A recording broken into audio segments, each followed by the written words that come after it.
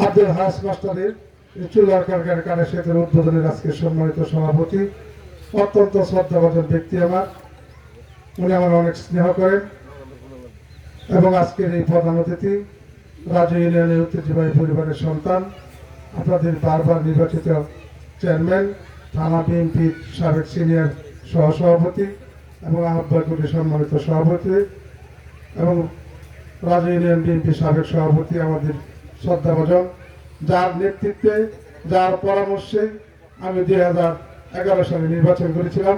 উনি অত্যন্ত তার নির্বাচন চলাকালীন আমাকে প্রতিদিন ফোন দিয়ে আমাকে বিভিন্ন পরামর্শ দিয়েছেন। উনি আমার অভিভাবক কামালউদ্দিন আহমেদ সাহেব। উপস্থিত বালুকা ইউনিয়নের এবং রাজু ইউনিয়নের এবং দুই গ্রামের সমস্ত মুরব্বী এবং যুবক ভাইয়েরা, আসসালামু আলাইকুম। সন্ধ্যা হয়ে গেছে, দুই একটি কথা বলবো, আরেকদিন আপনাদের সাথে অনেক কথা হবে।